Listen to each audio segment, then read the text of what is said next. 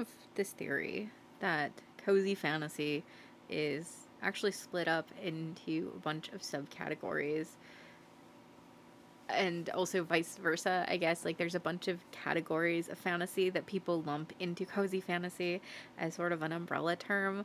And that's great because I enjoy cozy fantasy, but in particular, I really enjoy what I would call the fantasy rom-com genre of cozy fantasy. So things that fit really neatly into this are things like The Princess Bride, Stardust, more the film than the book, but Stardust. I would also say like the film A Knight's Tale, even though it's not necessarily a fantasy, it has enough of those elements to kind of fit, I think, into that genre. And I really wanted to try to find books on my shelves that fit that fantasy rom-com genre and try to read them and talk about them with you guys as I'm doing it as like a little vlog experience. Well, I know that this is different just than romantasy, which is a genre that I have so many thoughts about, and I don't think that even half of the books categorized in this genre are actually correctly done so. But I don't think it's just like fantasy with romance elements. I think that it is, and I don't think it's romantasy because I think romantasy implies that it's gonna have like some steam to it. Basically, the fantasy rom-com is gonna have lighthearted fantasy and lighthearted romance. Not to say that the plot can't revolve around like possibly big ideas, but is gonna be done in a very lighthearted way. I think that's going to be the key word for these kinds of books. It is also not something that necessarily has to be fantasy. I think that really good examples of this, I honestly feel like The Gentleman's Guide to Vice and Virtue would kind of fall in this fantasy rom-com category, because even though it's not a fantasy story, it has sort of fantastical elements to it. I mean, they're on like a treasure hunt. I think that it definitely falls there. You could probably argue it's not strictly that. You know, Emily Wilde's Encyclopedia of Fairies is going to fall in that category as well. Now, I'm picking books on my shelves that, based on reviews and kind of what I understand about them, I'm thinking that they're going to fall in this category. I may not be completely correct. It's going to be part of this video, is me figuring out if indeed fantasy rom-com is a subgenre, and if it is a subgenre, did I pick the right books and did I like them?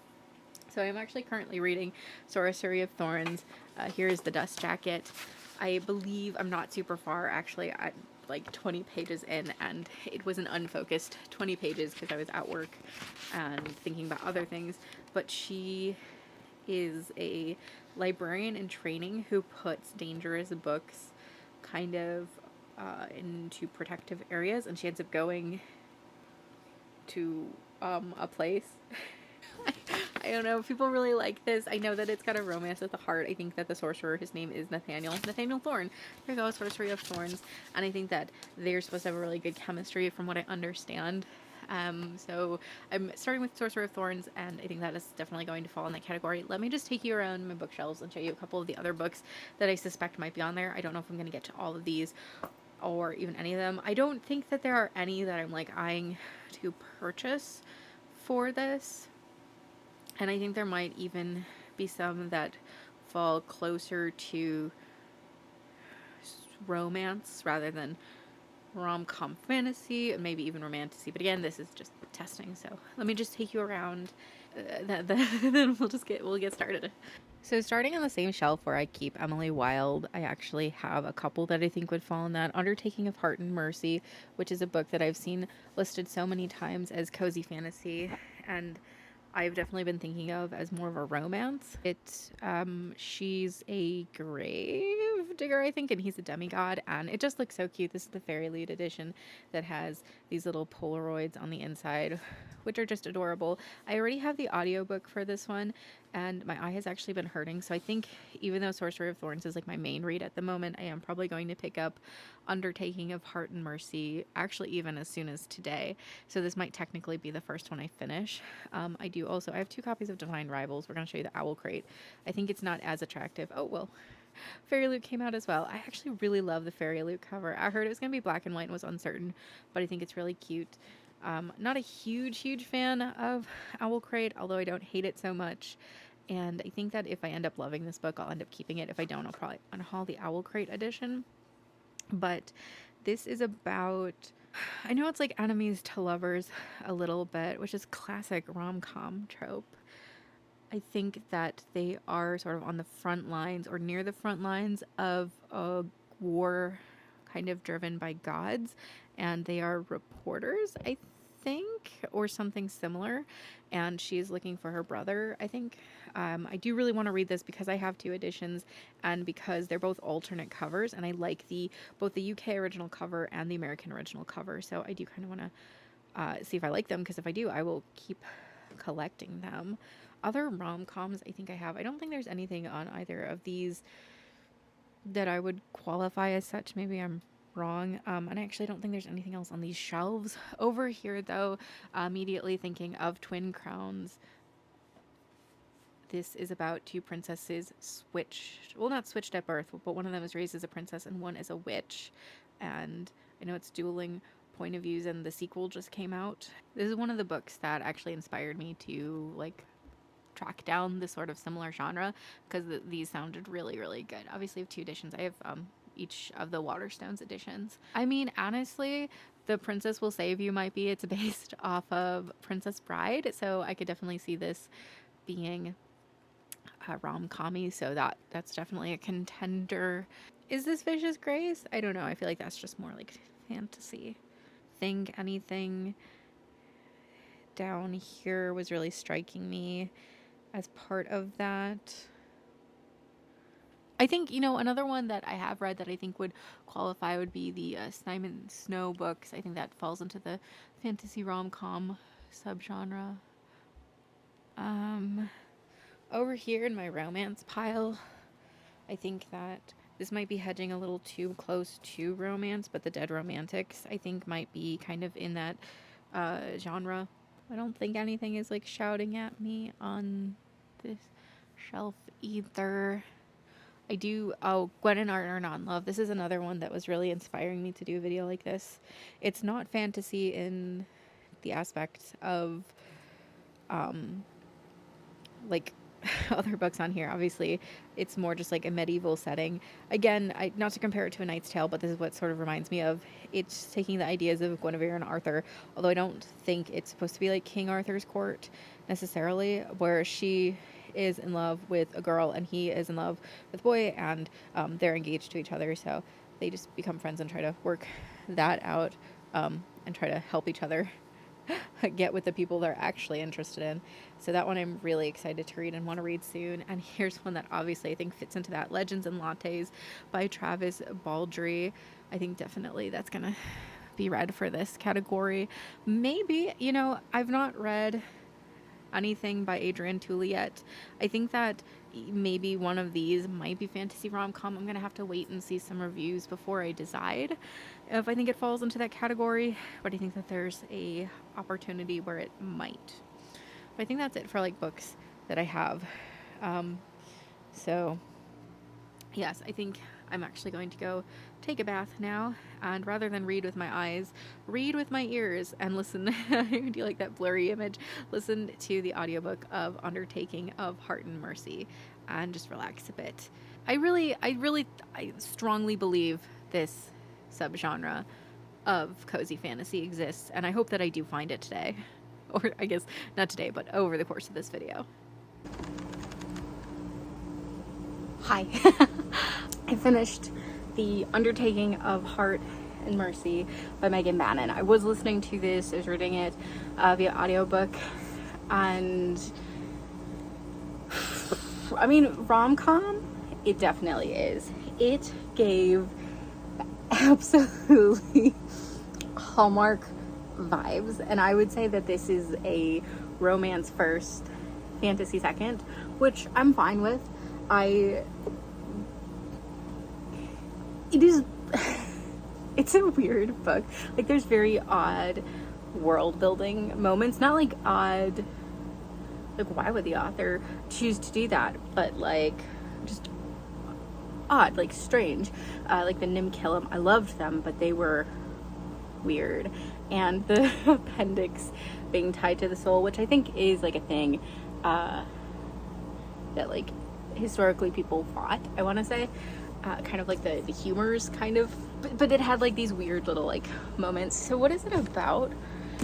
It is about Hart and Mercy. Hart is a grumpy, lonely marshal, and Mercy is a cheerful, overworked undertaker. They hate each other, and then they start writing letters, not knowing at first that it is to one another, and bonding over the letters. And I think that overall this book was cute, and it had some really good angst built in, and there were some really interesting concepts like the Nimkillam. I love the idea of a fantasy undertaker.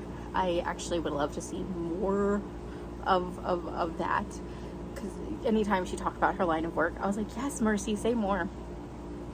I think also that it being a rom-com, it 100% hit those vibes. So like the goal of this video, you know, finding fantasy rom-coms, 100%, I think this is a slam dunk. What are some other sports comparisons? You know, it was perfect. And so like gold star on that account. I think my big problem with it came from the writing. Some of the choices were odd, like turns of phrase were just very strange. There's a point where Mercy's father has to use the bathroom, and the like line is like, his prostate cannot be ignored or like could not be stopped. And I was like, why would you say it like that? What the hell? And yeah, there was just like a lot of small moments like that that really like made me like sit back and be like, the fuck did I just read? I think that this definitely has that, but for good and bad, that like the intersection of like Hallmark and what the fuck am I reading? And it worked like 70% of the time. I think that I had a really hard time visualizing things. While the world building was interesting, it wasn't super descriptive. And even though there are cues that it's like an island world, because they all take ducks everywhere, not like the animal, but like car that floats type of duck. They just like never like said that, and I wish that could have been worked in somehow, because it took me forever to figure that out. I really love the concept of like the mythology and the concept of Tanria being this sort of world of the gods, and like I liked that interplay. I thought that the tension was good. I think I already said I liked the angst. The characters come with a lot of built-in angst, and I actually found myself sympathizing particularly well with Mercy. The other really big thing I hated though were literally every side character except the Nimkillam. I fucking loved them. Basarius and Horatio. They're like giant talking animals, and they had literally the most personality and were the most interesting. And no, they should never like have a novel about them, but I know that we're getting a companion book about Frank and Twyla, and which an interesting choice. They have like 2 scenes, and I feel like there was nothing there to grab onto for those characters, but whatever. But I love the Nimkillam. They're these giant like animals, and they used to be messengers for the old gods, or spirited souls for the old gods, but then the old gods are now gone, and so they work for like the post office, and I loved that. I thought it was fantastic. Thought they were very cool, and like I said, I really liked the mythology and Hart himself as a demigod, and I liked like the deity, the pantheons, and the way demigods worked in this book. I thought that was all around very cool.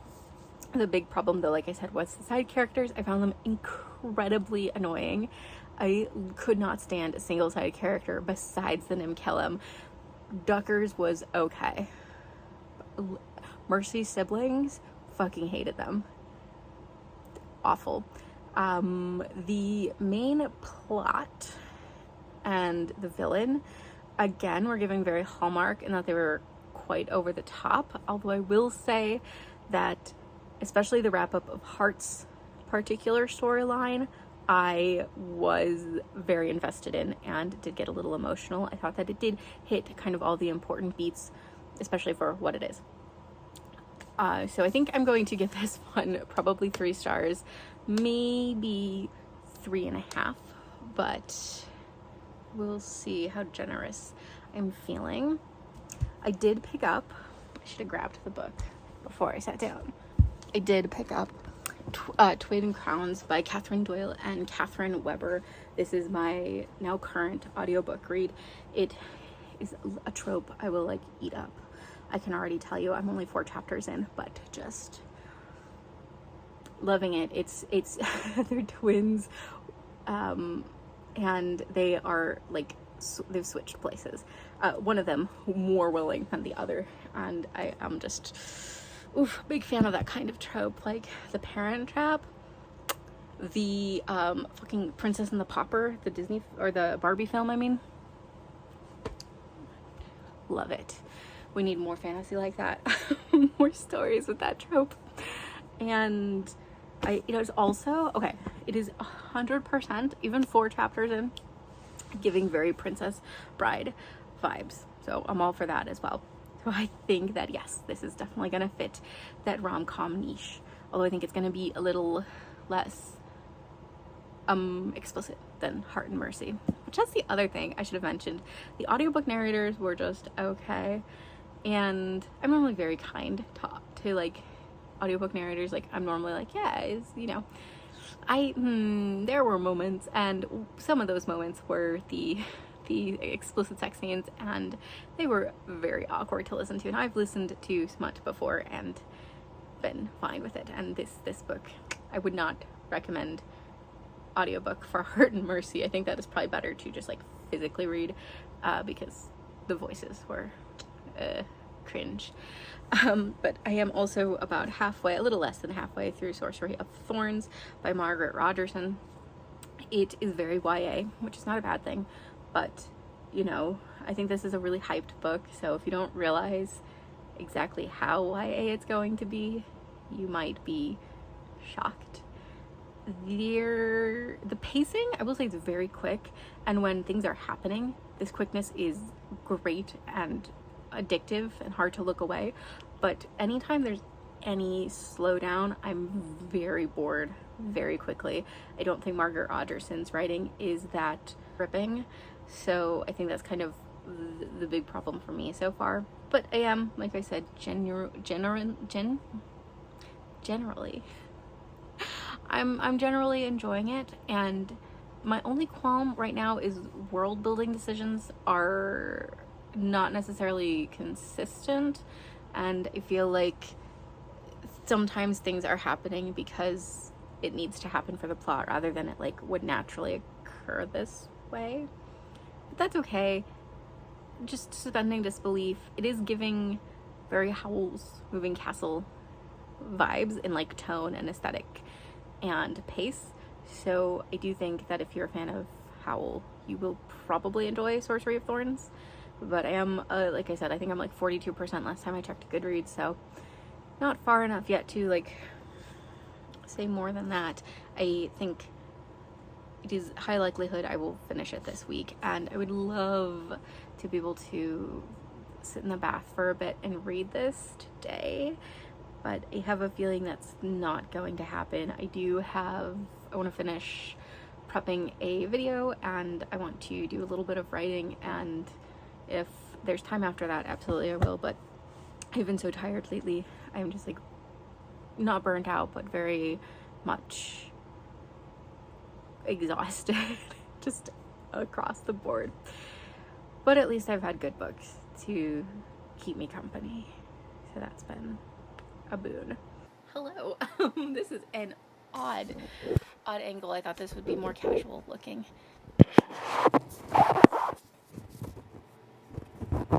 Can you see me? You're like between a bunch of books on my wee little shelf. Hi. I finished Sorcery of Thorns. I don't love this angle either. I'm sorry. I finished We're gonna live with it. I finished Sorcery of Thorns today, and it was okay. Was it a rom-com? No. It had some romantic elements, but they were so unimportant to the story. I was actually very disappointed with it. I don't think it's a bad book. I think it had a really great premise. I think that the description of the books and the malefics and Everything to do with the libraries was really cool, really great. I liked a lot of the concepts that were laid out, like Silas, just overall, really great concept character. I liked Elizabeth and I liked Nathaniel, and I did like Silas. I liked them all as characters, but I think they really just weren't deep enough. We were very surface level characters, and there was almost so much potential that I just wish had been reached with them. I wish I could have connected with these characters, but I don't really see how readers did connect with them. So yeah, this was actually quite disappointing on a lot of levels. I don't think it was bad. I'm still giving it 3 stars because I think it had, the writing was fine, the story was fine if predictable, the world building was fine. The magic system made 0 sense to me, but it didn't it's a YA fantasy. It doesn't have to be like the most cohesive thing, and it made enough sense. Like I know how it works. I just don't understand how it works, if that makes sense. So yeah, 3 stars. I'll keep it on my shelf. I have some special editions of it and I really like them. And I don't dislike this book. And I read Enchantment of Ravens earlier this year as well. And someone had told me this is like so much better. Like Enchantment of Ravens is it. I think they're very, very similar. I do think this might be a little better and that the ending I think was a little more deserved, but I don't know. I'll probably read Vespertine this year as well, just to like finish off all of Margaret Rogerson's books. But it is not a rom-com. The romance is there, but it is like so irrelevant to like the plot, and a rom-com really relies on the romance being a major part of the plot. Now, Twin Crowns, I am currently still reading it. This is by Catherine Doyle and Catherine Weber, and I think I said what it was about last time, but if I didn't, it is about 2 princesses. They are twins, Wren and Rose, and Wren was raised by her grandmother and witches, and Rose was raised in the castle. Wren knows who Rose is, but Rose does not even know Wren exists. And the world that they live in and the kingdom that Rose is going to take over, she's princess now and she's got her coronation coming up. They hate witches and they want to kill them, and Wren and her people, who are witches, have basically schemed to put Wren on the throne by switching her out with Rose. And it's been so enjoyable. I told you, I think, that it was giving like Princess Bride vibes, and it definitely is. That's like my first impression, and that's what I've seen a lot of people say, and it's very much similar aesthetic, Princess Bride, Stardust, that kind of vibe-age going on in this book. I am really enjoying it. I actually think it is a lot of nuance, whereas this one did not have a lot of nuance, and the characters were very basic and surface level. The characters here are really well developed. They're not necessarily always surprising me, but there are revelations that really inform why their character is the way they are, and I'm really enjoying that. It's also moving along at a nice pace, and I think that both storylines are weighted really nicely. So yeah, so far really, really, really enjoying this one. And I think I know what the romances are going to be. I don't know if I'm settled on whether it is a rom-com yet or not. I was going to actually start reading another rom-com because I was physically reading Sorcery of Thorns, and I'm listening to Twin Crowns on audiobook, and I was going to pick up my next like physical read was going to be probably Gwen and Art and Love. However, my copy of Painted Devils came in the mail today, so I'm going to actually be reading that, which maybe you could consider like Little Thieves a rom-com, but I don't think I would. Maybe it's in that realm, but I'm not going to include Painted Devils as part of this challenge. I will, however, after I finish that, be reading Gwen and Art Are Not in Love, which I'm very excited to get to. That was kind of the book that inspired this whole like challenge vlog type thing.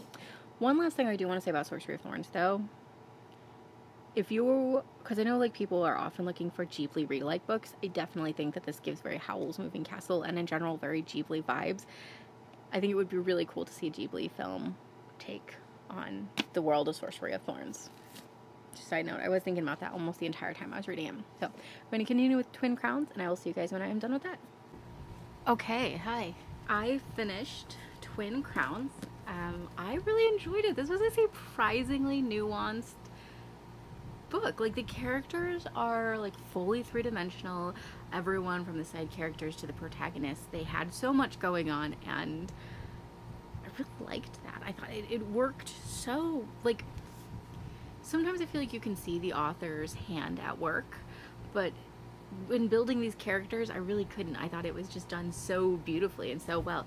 Is it a rom-com? I'm gonna say yes. It does fall into the fantasy rom-com genre. I think it falls closer to whimsical and like comedy, like Princess Bride, which it is apparently billed as, and not just something I heard. It's like one of the things they've been running with this, and I do think that it falls into that realm. There are romances, and I was surprisingly invested in them. I didn't think I was going to be, because they both kind of started off a little like corny, but I was actually very into it by the end, and I really liked both sisters. I thought it was fantastic. I think I said, but if I didn't, this is a story about two twin sisters. They are technically both princesses, but at birth, one of them was rescued by the witches and taken to live with the witches and trained to be a witch, and the other one was left to be princess, growing up hating witches. And at the start of this novel, Ren, who was raised by witches, switches their places and has her friend kidnap Rose and bring Rose to the witches to kind of learn about her heritage. And Ren masquerades as Rose and tries to take the throne. It was really, really good. I think I gave it 4 stars, and I feel really secure with that. I don't feel like I need to rush into book 2 yet, but I do hope to read it by the end of the year. And yeah, it was fun. It had like that whimsy. It had really good world building. I think that the only big weakness was that for a book so heavily built on the idea that people like hate witches, and also the idea that like they love their princess, we don't really see the public's opinion very much, and it's sort of just like not dismissed, but it's just like never brought up. And I'm like, that probably could have been a tool I would have used, but at the same time there really wasn't room to focus on that kind of thing with everything else going on. There was a lot going on. It was great. Really, really loved it. This is an easy recommendation just across the board for me. But the next one I'm going to pick up is Gwen and Art Are Not in Love. This is by Lex Croucher, and if we may take a moment to appreciate the dedication that says this one is for me. I don't know if it'll focus on that, but I love that. It makes me feel even more excited for this book. It is not out in America yet. This is the UK edition, and it's a Waterstones, as you can see, edition, specifically with the stained edges. I think this cover is so cute, and if I love it, I probably will buy the American hardcover when it comes out. This is sort of a King Arthur retelling, I think. Although I think it plays fast and loose with the King Arthur mythos, which I'm fine with. I'm not someone who's a stickler for that. Basically, Gwen and Art are engaged. Gwen is not interested in Art. She's interested in girls. And Art is not interested in Gwen. He's interested in boys, from what I understand. The characters could have more specific identities. We'll see. I'll let you know. And so they kind of hatch a plan to help each other end up with the people they actually want to end up with. And it sounds really cute. It sounds like it's going to be fun. I was 100% drawn to this because, I mean, in general it sounds good, but it just aesthetically is giving the same vibes as A Knight's Tale, which is one of my favorite films. So, and I think I mentioned that I was really aiming to find books that reminded me of that film. So hopefully this one will be one of those. And it's really short. I think it'll be really quick. One sort of boon of doing this little challenge has been that I've been reading a lot of YA, and I forgot how quickly I can get through YA novels. I feel very good about how fast I read some of these, and it just brings me joy. But I'm going to start this either tonight or tomorrow, and I think it's going to be a lot of fun. I think it's going to be an absolute romp. My hair is wet because I just got out of the bath, which is where I finished Gwen and Art Are Not in Love. First of all, I was wrong. It's not a retelling at all. It's not an adaptation of actual King Arthur or actual Guinevere. It actually takes place quite a long time after that. King Arthur and his court are like known to be historical figures at this point, and Camelot is still a place that exists, but they're also as much mythologized as they are historical figures. And I actually before I say anything else, I actually really liked that aspect of it. There's tension between what are called cultists, which are people that believe King Arthur will be returning, like the once and future king, and believe in magic and all this stuff, and then the more traditional, like Catholics and Protestants. And I liked that setup. I liked that it wasn't a retelling. I thought that was neat. This book, though, was a major fucking disappointment on like every level. This was one of my most anticipated reads of the year. So my heart's a little broken, and I don't think I went into it with overly huge expectations. I think it just really wasn't good. The the plot, the setup is fine. It's great. It's a great setup, you know.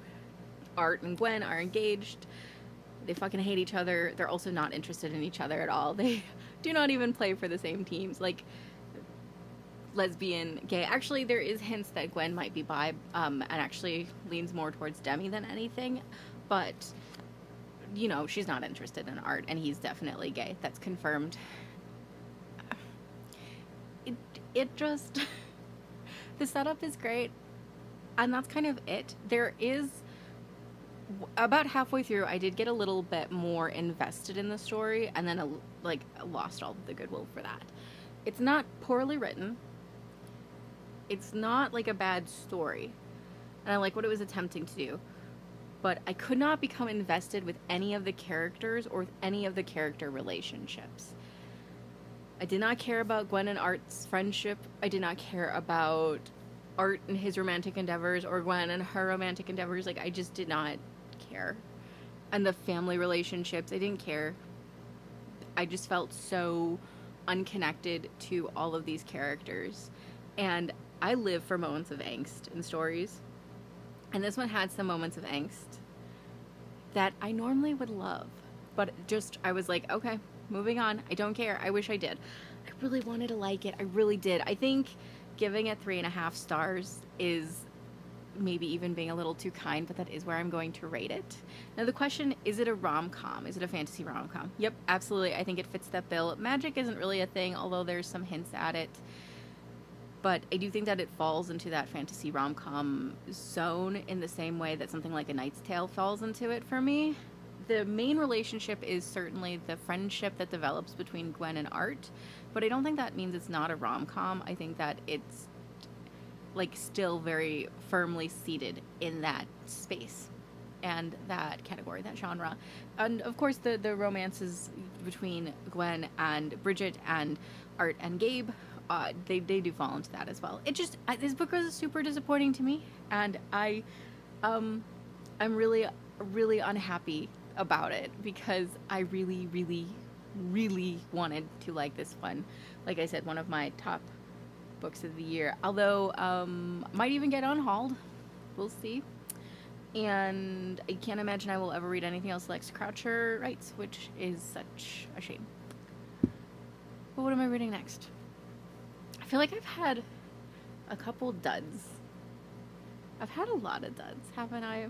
This is not going well for me. This may not be my genre, which is unfortunate. Let's hope this is not a dud. This is Divine Rivals by Rebecca Ross. This is the Fairy Loot cover, which is gorgeous. One of the reasons I really want to read this for this challenge is because if I do like it and feel like collecting all the editions, I want to jump on that as soon as possible. It is a really pretty edition. I have heard people say that it's very heavy on the romance, so I'm hoping that it has enough of that whimsy lightheartedness to be like rom-com material and not just like romantasy. This is about I think they're both journalists or yes, columnists. They write for a paper, and they are on the front of a war that's happening that's between the gods, or the gods are encouraging the war, controlling the war. There's two different sides, but they both have a different god, something like that. I'm really excited to get into this. I've seen just so many glowing reviews, and I really hope it's good. Because I've had some duds. It does say an epic enemies to lovers fantasy novel filled with hope and heartbreak and the unparalleled power of love. So we'll see if I agree with that. This was another kind of highly anticipated one for me, so if I don't like it. I was really anticipating Sorcerer of Thorns as well. Undertaking of Heart and Mercy, not so much, but I read, oh, Twin Crowns was really good. Twin Crowns so far has been the best that I've read. And actually, if I do like this, I have another Rebecca Ross that's called Dreams Lie Beneath, and I have heard people call that kind of in the realm of like whimsical, cozy romance. So I will, if I like this, I might actually just jump right into that one next to wrap up this video, because I think I'll have time. Because I set a little time limit for myself for this so that I didn't just like go unending. But I think if I have time, I will do Dreams Lie Beneath if I like this enough. Fingers crossed. Happy Speak Now release day. I'm living for it. It's great. I'm also living for Divine Rivals, which was absolutely 100% amazing. Like, this is just phenomenal, and my favorite book that I've read for this little challenge yet. Like, nothing can probably beat this. However, it's not really a rom-com. Romance is the center of it, but it doesn't have that whimsical, lighthearted nature at all. This is actually a very serious, mature book that has a lot to do with war. Just, it was so good. The romance is central to it, and it has literally the same trope as in Undertaking Part and Mercy, but done like thousands % better. I am gonna do like a little wrap up at the end of this and like go through everything in depth. But this is one of those books where I just want to scream that I like it and that I love it, like at the top of my lungs, and will have a hard time reviewing it because I just adore it so much. But it is literally perfect, and the cliffhanger did put me in a book hangover. I had to like just do nothing yesterday night when I finished it, and that's why I didn't update this right away, because I like could not process, and BookTier cannot get here soon enough. And I know I said if I liked that I was gonna pick up Dreams Lie Beneath.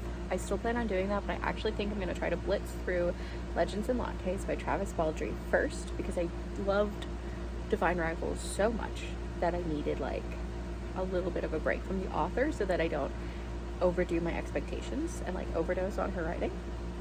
But Legends and Lattes, you've probably seen this around. It's heavily D&D vibage. It's about Viv, who is an orc, is that the term they used? I think so. And she decides to open up a coffee shop in a town where they've never even heard of coffee. And it's supposed to be really cute and really gentle and really kind. And I'm actually really excited for this one. I did start it. I got a chapter in.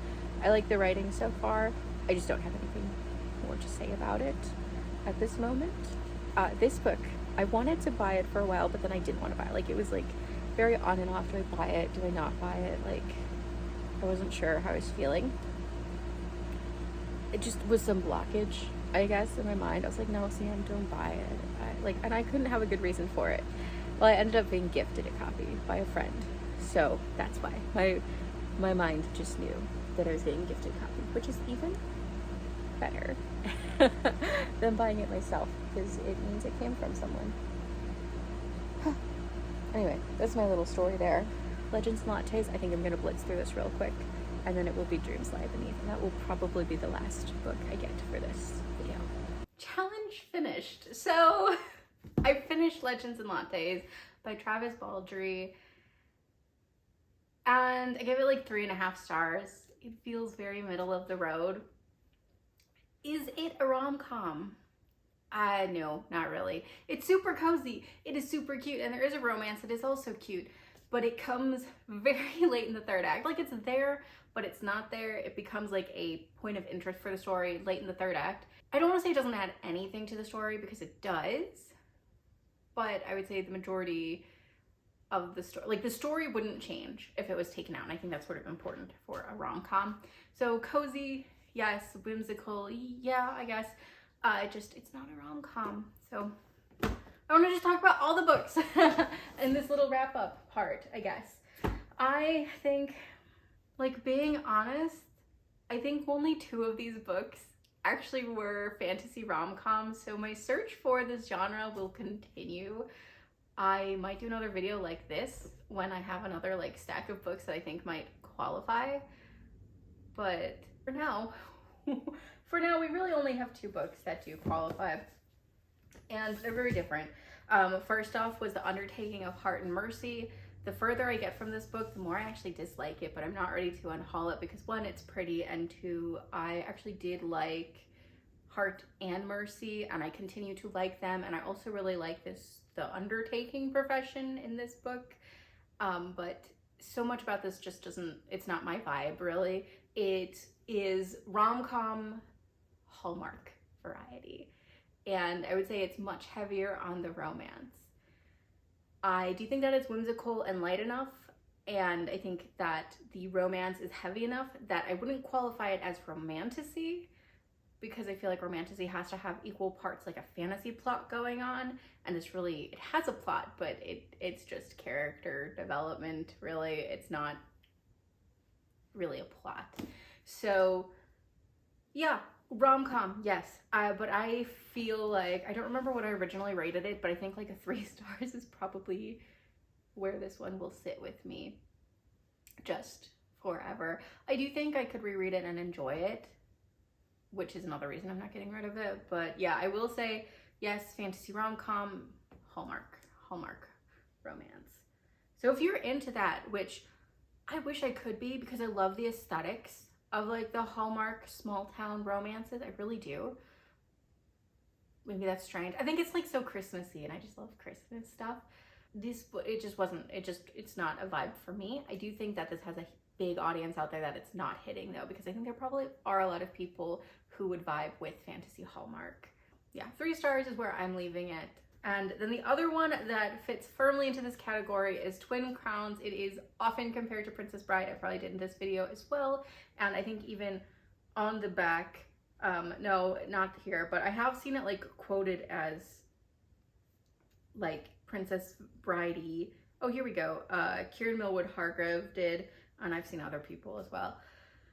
Yes, it is. And if you would consider Princess Bride a fantasy rom-com, which I absolutely would, then Twin Crowns 100% fits that bill.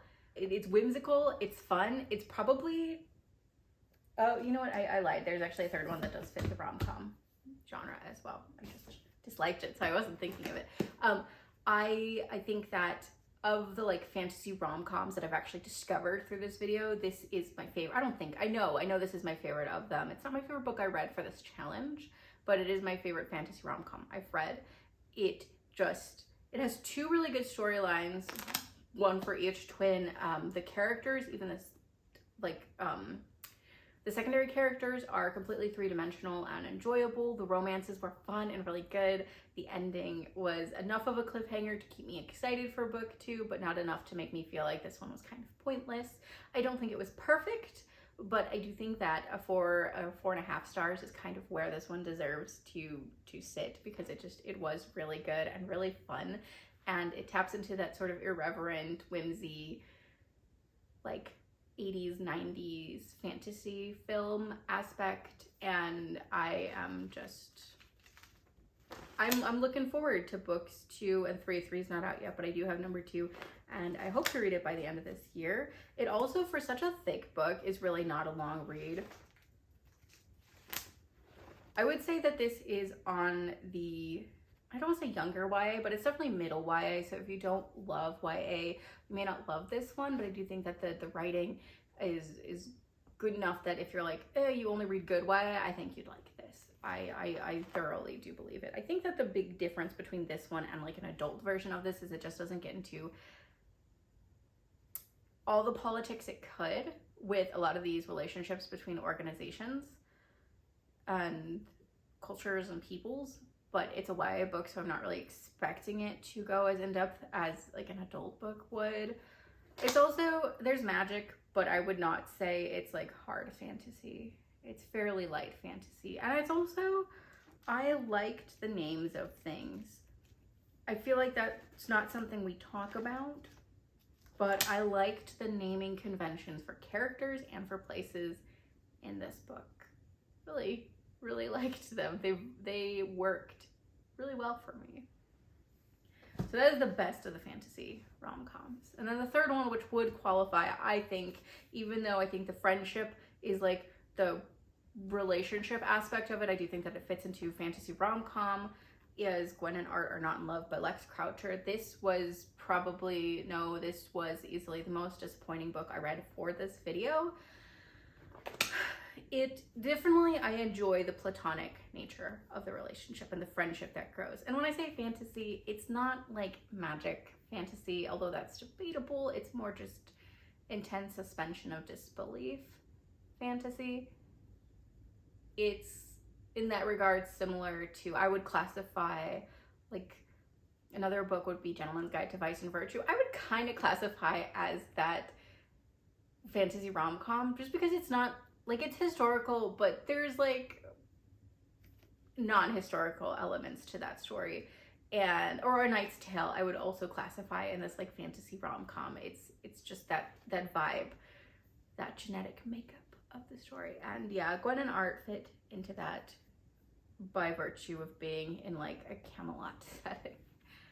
I just really, the further I get from it, the more disappointed I am, although I'm not angry at it.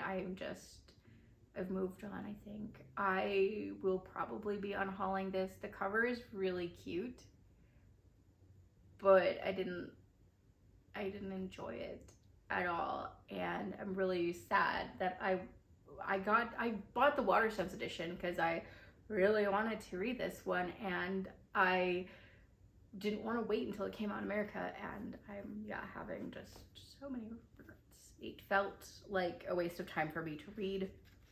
I definitely think that's because I am not the audience for it. Nope, that's not true. That's just me padding my words. I hated the writing. I really hated it. I thought that it was very bland and boring. It didn't cause me as a reader to do any work at all. It didn't really do much to make me like the characters. Even the angst was so lackluster and angst is my favorite part of a book. It just couldn't grip me. It couldn't get me. The dialogue was probably the worst, and not because it was incompetent, but because it was so one note. You know, if you took away the like tags of who was saying things, you'd have no idea because everyone spoke exactly the same. And there are stakes in this book, and I did not care about any of them because I could not care about a single character in depth.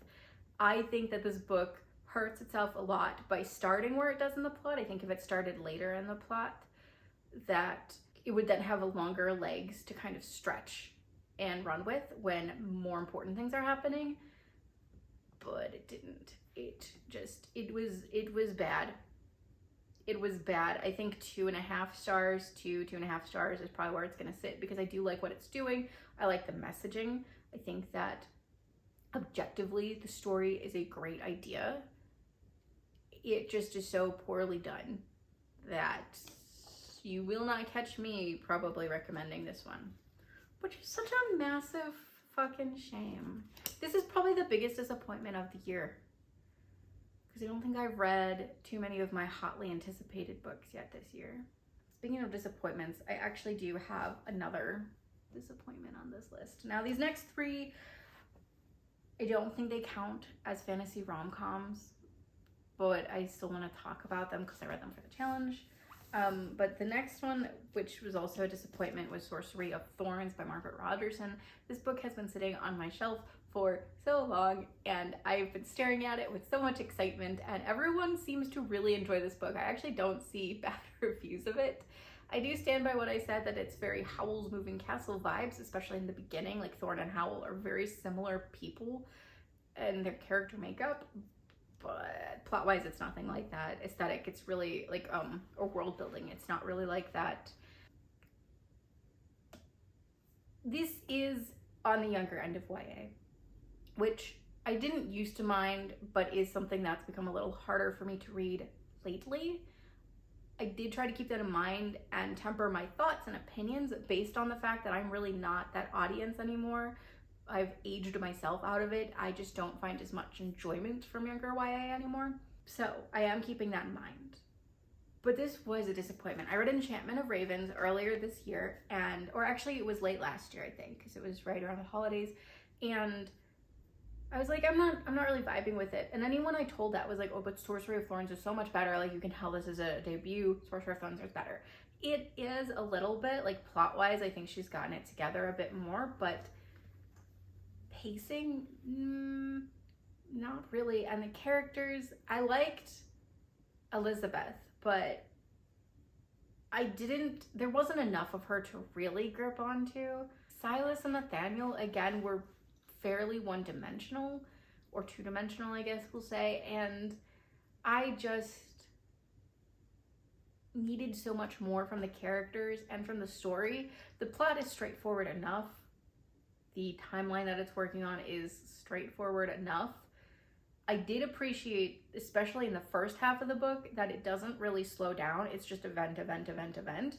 I did really like that. As much as I'm a reader who likes sort of pauses in my stories and these sort of quiet moments, I can also get behind the fact that a book is just going to sweep you along sometimes. And as long as it doesn't feel rushed, I'm happy with it. And this one doesn't feel rushed. It just feels, like there's more that could be said about some of these things. I don't think it needs to be said to get the point across, or that the pace that it's going at is too fast.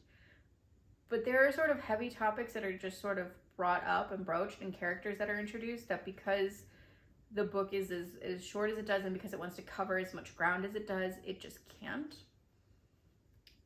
I liked the books. I thought they were a cool idea, but in general, I also thought the plot is something I've seen a million times before. I thought that the general arc of the story was very basic. The romance for me did nothing. I wasn't vibing, and everyone loves Silas. I mean, he's fine. He's a cool character. I've seen that kind of character, maybe not with the exact same scenario, but I've seen that kind of character done before and better. And just everyone felt really washed out. So this was a disappointment. I'm not going to get rid of it because it's so pretty, and I actually do want this for my collection. And maybe this is just asking for it, but I am going to be reading Vespertine. Probably not this year, but I will be reading it at some point, and I'll be hoping that one is better. That's the first one in like a series, I believe, that's going to be a duology, and I think that actually might help. I do think that Margaret Rogerson is a series writer. She just doesn't realize it, maybe. And I know there's like a little sequel to this, Mysteries of Thorn Manor, and yes, I will read that as well, but I think that if she gave herself more room in a story to write, I think that the books would shine. Because I don't think she's a bad writer. I just don't think she's giving herself that space. Or maybe it's her publisher. But not a fantasy rom-com. I don't think that it fits in that category, like, at all, unfortunately. Legends and Lattes. This is the one I just finished, so we did talk about it a little bit already. I think that it's cozy, and I think that it's cute, and I totally see why a lot of people like it. I don't dislike it. I will probably even read the little prequel, Bookshops and Bone Dust, when it comes out. Or not maybe when it comes out, but I will read it. And I don't regret having read this. It's also really quick. Like, it looks thin. It is so quick. I think it took me like 2.5 days to read it. So that's also really nice. I did not read the little short story. I might someday. It's not really a priority for me. Pages to Fill, it's called. Yeah, not a huge priority. I think that one of my problems with it is that you kind of see the same event happening again and again and again.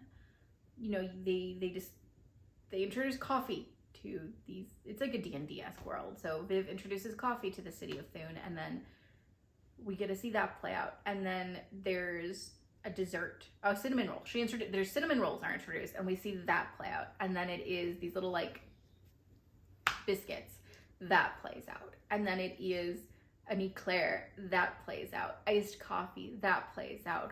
Electric guitar that plays out. Like, I get what it's doing, but we saw the same motions time and time again. And I would have liked to be like, okay, well, these motions are happening, but also other things can be happening. I didn't hate it. It just got boring. You know, I kind of got rote. And if it was a longer book, probably would have heard it a lot more, but because it is so short, hi. Are you confused who I'm talking to? Because it's such a short book, I think it works. I didn't hate, hi. I actually did enjoy the sort of building of the shop and sort of day-to-day operations run. It kind of felt like something like Stardew Valley in that regard, like cozy and domestic or operational, but not boring, just like very like simple and habitual, like a ritual almost. I liked that, but there was almost too much. Okay, hi. But there was almost, I liked all the characters. I actually really liked all the characters, especially the side characters. I really appreciated how many there were, and they weren't deep characters, but they were friendly and kind. And I don't want to say simple in a bad way, but they were simply done, and I enjoyed that. They felt like really comfortable friends to have. I did enjoy that. The big issue, besides it getting a wee bit boring, was the antagonist. I talked a little bit more about one of the antagonists on my Instagram. It's a spoiler, so I put in a comment underneath my post reviewing this book. So if you're curious about that, check out my Instagram. It is linked down below. But the main antagonist and the main problem that Viv has to get over in this book, I didn't understand why it was so weighty. I wish there had been more build-up and understanding why the thing was causing strife. It's kind of written away at the end, but not knowing enough about the antagonist and not understanding, I guess, the stakes of magic in this world as much as could have been done made it hard to be like, oh, sure, I am invested in this working out, like, or not working out, or like, oh, I hate that guy. Like, I didn't like him, but I didn't really hate him. I had like almost no feelings about him. So that's really the issue there. It's not a rom-com. The romance just comes so far into it, although I do think cozy, comfy, and whimsy all apply to this book. I think it will definitely appeal to fans of House in the Cerulean Sea. I am not myself a fan of House in the Cerulean Sea, and I did still enjoy it, so I don't think that's like an end-all be-all thing, but reading it gave me very similar pacing and relationship moments to that book. So if you liked that book, you'll probably like this one. And finally, the best book I read in this, and definitely one of my favorite books of the year, is Divine Rivals by Rebecca Ross. It's not a rom-com. It is a romantasy. I think is probably where it fits much more neater. And I feel like we were robbed of this being an adult novel because it's classed as YA, and I mean, sure, it's not YA, but it's so good, and I feel like it also could fit really nicely in adult, and I think that it would then get the audience that will actually continue. I mean, I think YA audiences are liking it a lot. It's still on the bestseller list, but I think that it could just get so much bigger. It's so good. I am obsessed. I've been thinking about it forever. The sequel comes out this December, so yes, I will be reading that immediately after it comes out, and I've already begun collecting like every edition. I have decided to get rid of my Owl Crate edition because it's ugly as sin, but I'm just gonna give it to a friend who doesn't care about that, but will enjoy the story. But I did get the UK hardcover and the US hardcover because I'm a little book slut. But I loved it. It was so good. Everything about this was perfect. The pacing, the plot, the characters, the tension, the ending. Don't even get me fucking started on the ending. The magic system is very light, but it works. And I have a theory about something that has to do with the Alouettes, and particularly the first Alouette. So if you've read this book and want to know my theory, ask me down below, because I don't want to just like spoil it for everyone who hasn't read this book. I just am absolutely in love with Iris and Roman. It was so good. This is also a very serious book. I feel like my love of it is bursting through. It won't get that across, but it's very serious. It's about war, and stakes are real, and it is not so bleak. You know, I think it's not a war novel. I wouldn't say that. I've read war novels. It doesn't get that dark, but it does touch on a lot of those things, and I think that it really respectfully and gracefully tackles war, even fantasy war. We really focus more on the hopeful moments though, and that is, I think, what makes it more palatable. There's a lot of hope in this book. There's a lot of stolen joy, you know, stolen from the horrors of war, not from a person, but it really showed. This is like fantasy, right? So it doesn't really show humanity necessarily, because we don't, are they human? I don't know, it's fantasy. How do we qualify that?